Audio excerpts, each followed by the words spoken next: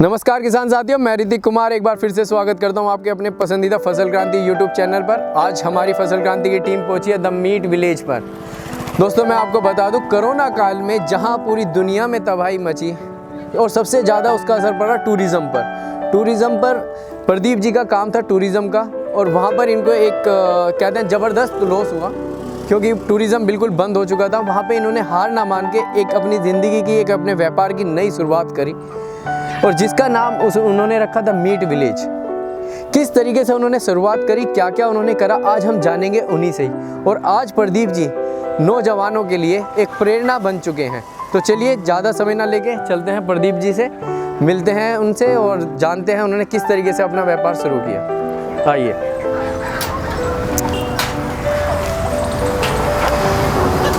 दोस्तों जैसा कि मैंने बताया कि आज हमने आपसे वादा किया था कि हम प्रदीप जी से मिलवाएंगे और लोगों को बताएंगे कि किस तरीके से कोरोना में जिन लोगों ने हार मान ली, लेकिन वहीं पे एक ऐसे नौजवान प्रदीप जी हैं जिन्होंने हार ना मान के अपनी एक नई शुरुआत करी। तो आज सब जानेंगे और जो भी आपकी कोई क्वेरी या क्वेश्चन है तो आप हमें नीचे कमेंट बॉक्स पे डाल सकते हैं। तो प्रदीप जी आपका बहुत बहुत स्वागत, आपने फसल क्रांति को अपना कीमती समय दिया। बहुत बहुत धन्यवाद सर। तो चलिए आपका एक बार फार्म हाउस स्वागत है आपका आने के लिए।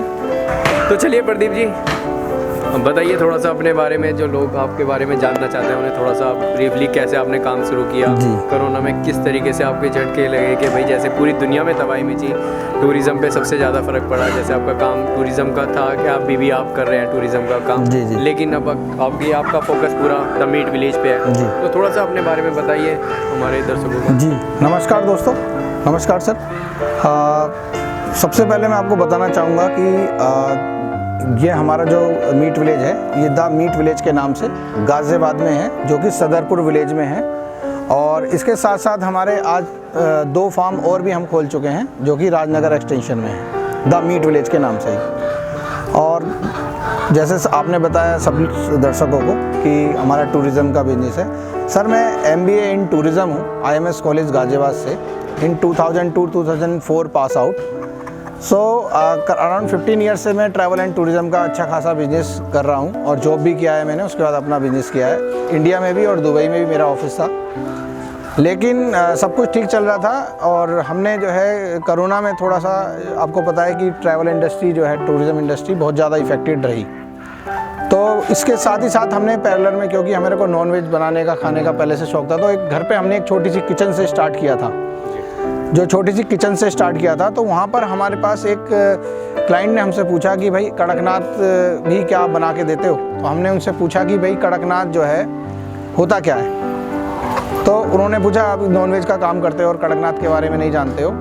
तो उसी बात को सीरियसली लेके हम तुरंत उसी सेम डे 2 बजे हमारी उनसे बात हुई थी और हम 10 बजे झाबुआ चले गए थे। झाबुआ जाके हमने इस कड़कनाथ की फार्मिंग के रिगार्डिंग कृषि विज्ञान केंद्र गए, वहाँ पे जाके ट्रेनिंग ली और वहाँ पे जाके कड़कनाथ के बारे में जाना। वहाँ से हमने सर 6 मुर्गे हम अपने साथ गाड़ी में लेके आए थे और 6 मुर्गों से आज हमारा सफ़र जो है करीब 4 साल का हो गया है इसका। और 4 साल का सफ़र 3.5-4 साल का करीब पूरे होने वाले हैं। और आज हमारे पास आप 1 लाख कड़कनाथ तक की डिमांड कर सकते हैं। हम विद इन 15 डेज़ अगर आप बोलें तो मैं 1 लाख कड़कनाथ आपको तैयार अरेंज करा सकता हूँ। दूसरा हमारे पास अपनी हैचरी भी है यहाँ पर, और हैचरी के साथ साथ हमने जो इस जगह का जो नाम रखा है द मीट विलेज, इस द मीट विलेज नाम रखने का उद्देश्य यह है कि हमारा जो मार्केट है वो B2C मार्केट है। हम डायरेक्ट क्लाइंट के साथ डील करते हैं, हम अपना कोई भी प्रोडक्ट आसानी से मंडी में सेल नहीं करते हैं। तो हमने अपना एक कंसेप्ट अपना खुद तैयार किया है कि द मीट विलेज, मतलब जो शहर के जो शौकीन लोग हैं, जो नॉनवेज खाने के शौकीन लोग हैं, उनके पास मान लीजिए पैसा भी है लेकिन उनके पास वैरायटी नहीं है मार्केट में, और है भी तो कोई फ्रोज़न है या इस तरह से, मतलब मार्केट में अवेलेबिलिटी बड़ी मुश्किल से मिलती है।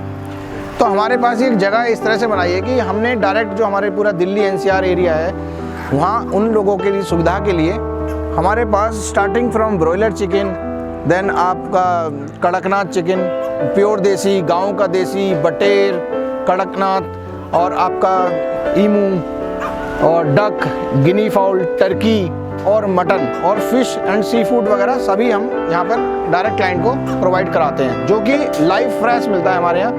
और रॉ के साथ साथ हमारे पास आप सामने एक हांडी हमारी देख रहे हैं, हांडी में हमारे यहाँ जो खाना होता है वो तैयार होता है।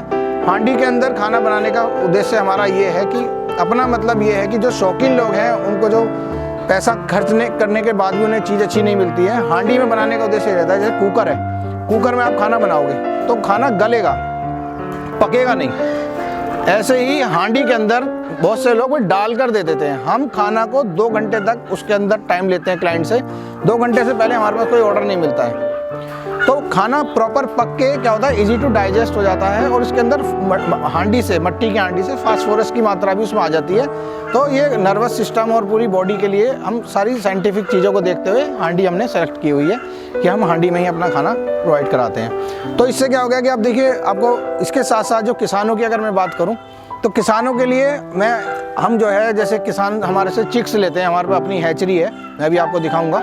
तो हैचरी के अंदर हम आपका Kadaknath chicks, FFG chicks, RIR chicks, बटेर का चिक्स, टर्की का चिक्स और आपका ईमू का तो अभी हमारे पास सिर्फ बड़े बर्ड हैं। चिक्स भी समटाइम, क्योंकि इसका बहुत ही रेयर अंडा बहुत कम होता है, तो वो बहुत बुकिंग पे मिल सकता है।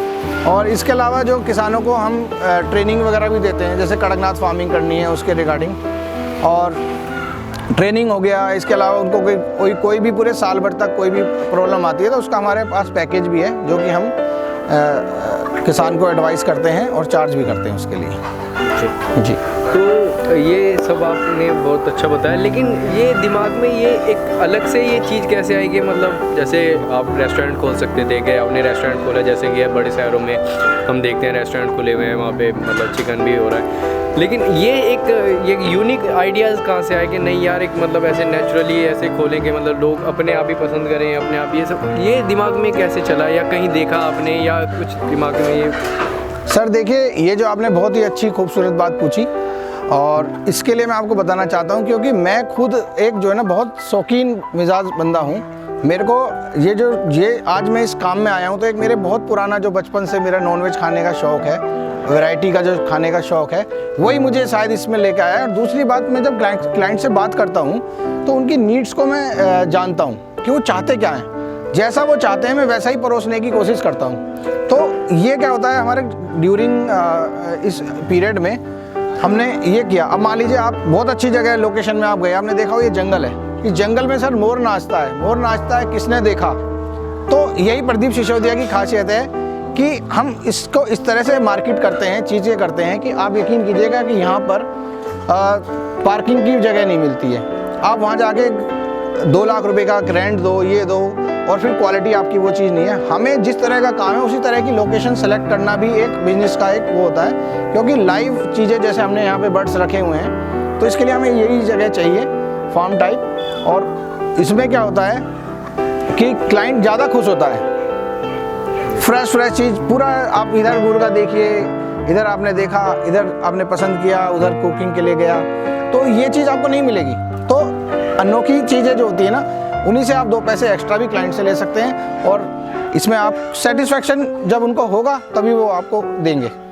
जी दोस्तों, मैं आपको बता दूं, जैसे कि हम बड़े बड़े रेस्टोरेंट में जाते हैं, उधर किचन में क्या चल रहा है क्या नहीं चल रहा, किसी को कुछ नहीं पता होता। उसमें क्या मिलावट है, क्या वो पुराना तो नहीं रखा हुआ, क्या वो पुराना मीट तो नहीं है। तो ये काफ़ी दिमाग में आता है कि यार ये सब पुराना तो नहीं है, या इसमें कोई बीमारी तो नहीं है। तो लेकिन इसमें क्या है, अगर हम बात करें द मीट विलेज की, तो इसमें आपका ये पूरे डाउट ख़त्म हो जाते हैं। आपने जैसे अभी आप ये मेरे सामने देख रहे होंगे, ये कड़कनाथ है, ठीक है। आपको जो भी पसंद है, मान के चलो आपको बच्चा या बड़ा जो भी पसंद है, आपको ये नहीं कि मतलब ये पुराने मीट है, तो ये आपके डाउट सारे मिट जाते हैं। आप यहाँ से पसंद करें, ठीक है।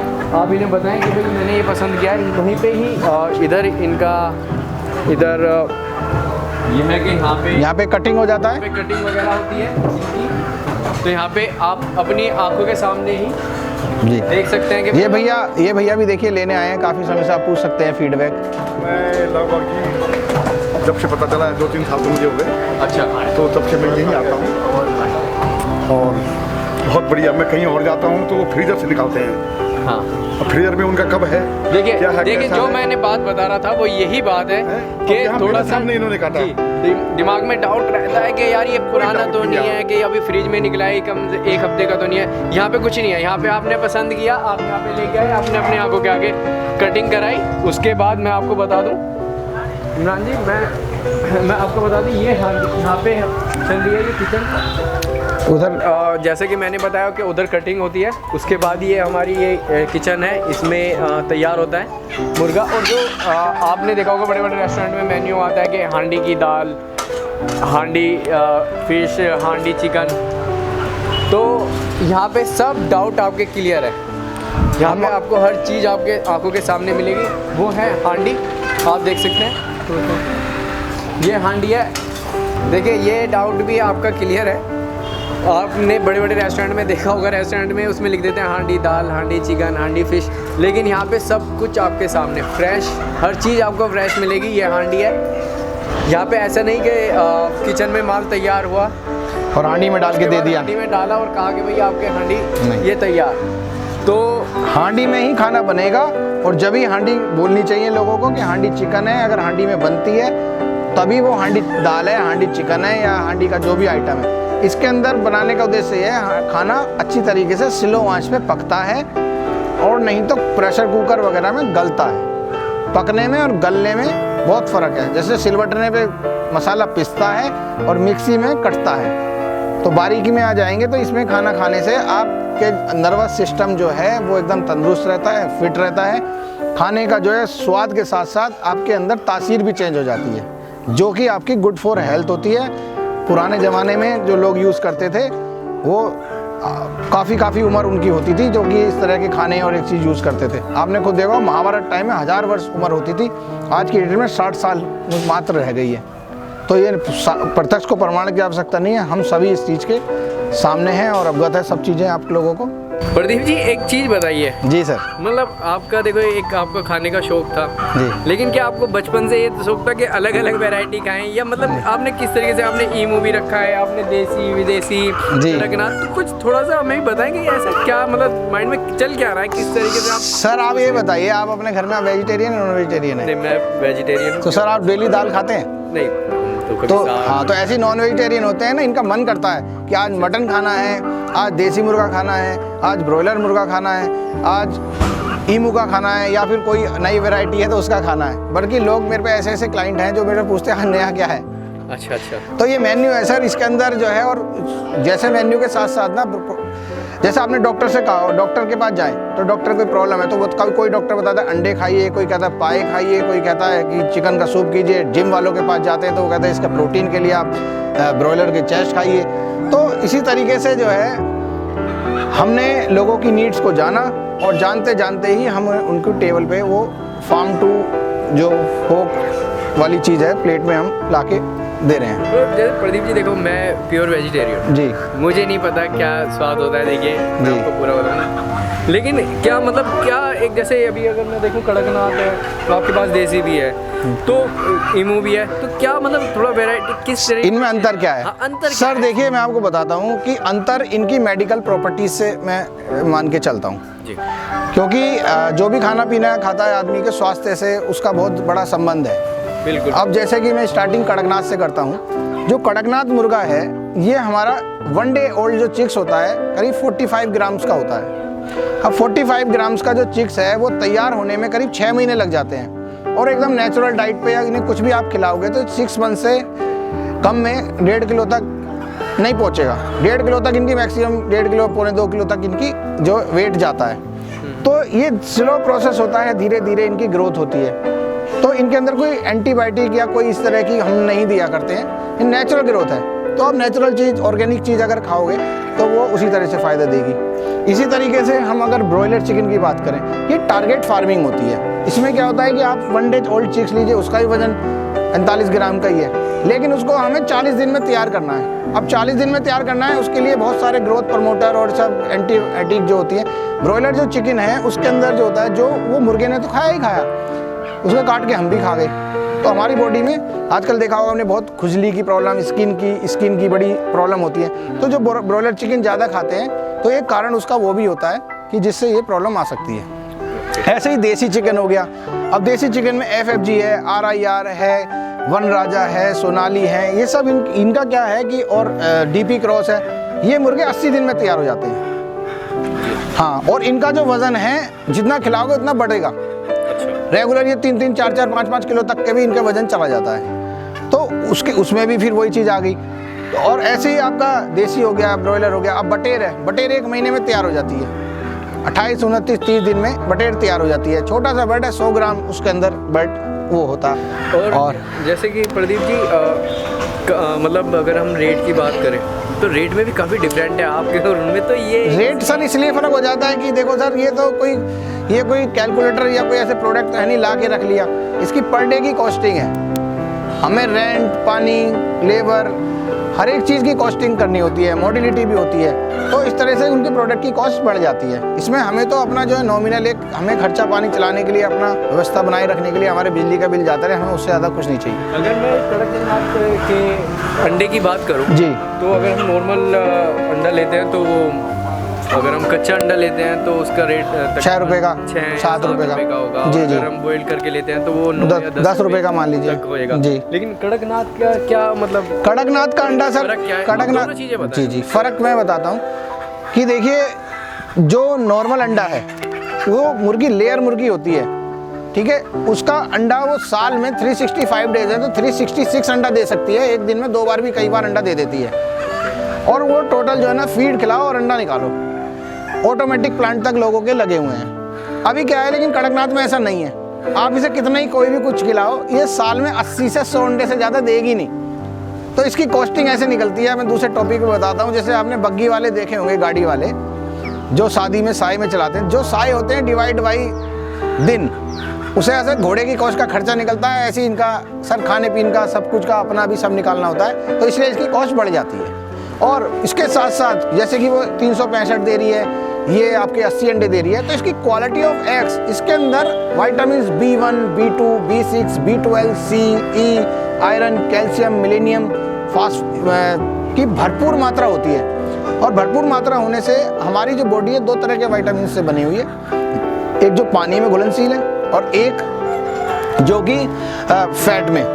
तो जो पानी में घुलनशील हैं उनको ये सारे विटामिन जो हैं एवरीडे हमारी बॉडी को चाहिए, जो कि हमारी बॉडी की इम्यूनिटी बनाए रखने के लिए हमें बहुत ज़रूरी है।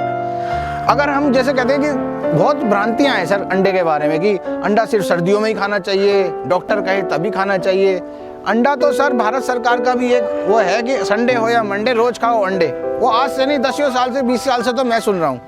तो उसी उद्देश्य को लोगों को समझना चाहिए कि अंडा तो हमारी एक बेसिक नीड है। आप इतनी भारी रूटीन भरी हुई ज़िंदगी में सुबह सुबह एक पराठा खा के निकल जाते हैं, उसके बाद शाम तक चाय पी नहीं पी, खाना खाया नहीं खाया, कुछ पता नहीं होता। तो अगर हमारी बॉडी को 2x एवरीडे मिल जाए तो हमारी इम्यूनिटी और पावर बनी रहेगी और आप जो है लॉन्ग लाइफ जीने के लिए आपकी बॉडी में ताकत बनी रहेगी। अच्छा प्रदीप जी, एक बात बताइए, मतलब क्या यही है कि लोग आपके पास आए और खाएं या आप होम डिलीवरी भी करते हैं? सर देखिए, हमारे पास सिर्फ डिलीवरी का सिस्टम है। हम बैठा के खिलाने से थोड़ा अवॉइड करते हैं, क्योंकि आपको पता है नॉन वेज के साथ फिर दूसरा आइटम भी चलता है, तो वो हमें पसंद नहीं है।